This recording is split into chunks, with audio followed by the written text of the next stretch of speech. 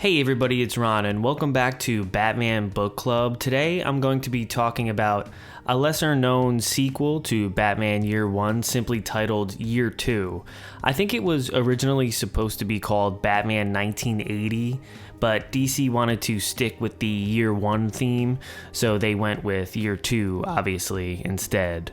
I actually wish they did call it something else because to me it doesn't look or feel like a continuation of Year 1 at all.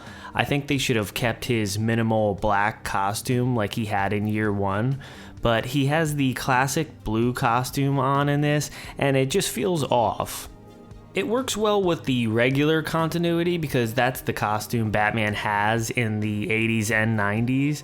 But yeah, I would have liked to have seen him maybe start out with the Frank Miller black costume and show Batman switch to the blue costume in the middle of this series to show that both stories are in continuity.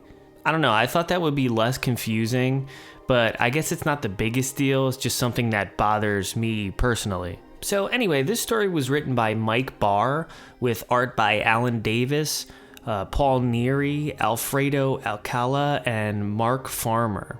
It even had covers done by Todd McFarlane, which is very interesting to see because he didn't do too much DC work. Obviously, he had Spider-Man with Marvel and his creator-owned series Spawn with Image. This 4-part series was presented in Detective Comics 575 to 578 in 1987, and I get why it doesn't have the same acclaim that Year 1 has. Because although it's well written for what it is, there are some weird story elements for me at least, and some out of character moments with Batman that just didn't sit well with me. Now, I know some of this stuff was done on purpose because it's Batman's second year and he's still learning to be a hero, but I could have done without some of the elements like Batman carrying the gun that killed his parents and wanting to use it on Joe Chill, who is the man responsible for his parents' death. I get that it's a learning moment for Batman and it shows how he ultimately decides to never use guns, but I would have been fine with Batman not using guns from the start because his parents were killed by a man with a gun.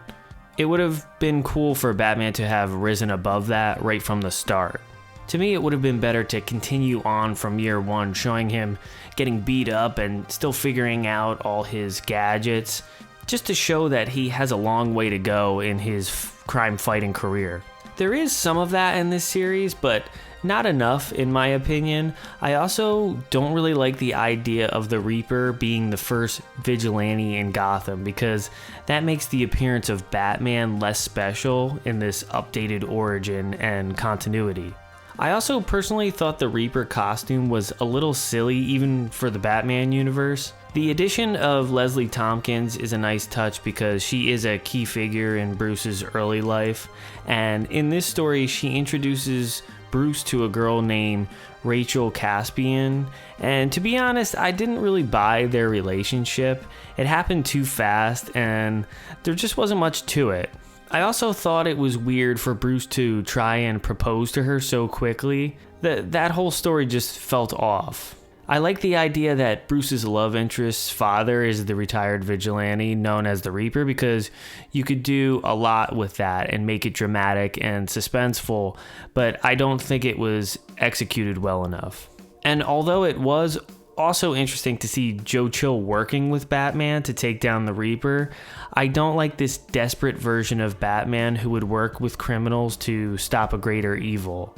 The problem with having Joe Chill in this series is it takes away the mystery of his parents' killer.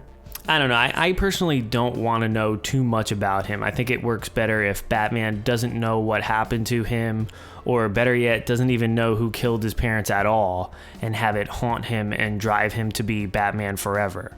The relationship between Batman and Gordon is also weird in this book as well because it kind of destroys the progress they made in Year 1. Batman saving Gordon's son in that story was a great moment, and it started a loyal partnership between the two. And this story undermines that by having them be at odds with each other, and it just feels ugly and it doesn't fit in with the arc they both had in the first year. So yeah, I know the whole gun thing is a way for Bruce to learn something and show the reader why he eventually decides to get rid of it and swear off all guns, but I don't think it needed to be told. Like I said, he could have been against it from the start, and you could give him other challenges in his second year and still hold true to the modern version of the character. And I'm saying that because I know he carried a gun in his original stories, but I'm talking about the Dennis O'Neil version of Batman. So yeah, I guess it sounds like I'm pretty down on this book, but aside from those story decisions, I did think the book was well done if I'm reviewing it purely for its craft. It's a fast read and the artwork is pretty solid all the way through. I would still recommend reading it to make up your own mind about some of the more controversial bits. So yeah, let me know what you guys thought about this story in the comments, and please be sure to like and subscribe if you're enjoying this content. Thanks for watching. Hey everyone, it's Ron here with a quick announcement. When I started this channel, I was reading and reviewing the Dune books and other sci-fi related material, and most of you might not know that I'm also a musician. So when I was reading these sci-fi books, I started to get inspired and decided to make my own soundtrack to use for my videos, and now I'm excited to tell you all about the first volume in the Ron Reviews original soundtrack collection. This album includes the first 17 tracks featured on my channel, and it's available now exclusively on Bandcamp. Be sure to check the description of this video for the link to the album. Thanks so much for the support so far. I know I'm just starting out, but I hope you're having as much fun as I am. So check out the original soundtrack Volume 1 on Bandcamp. This music is great if you want something moody and atmospheric to listen to while you're reading some science fiction. I think you're going to love it. Thanks.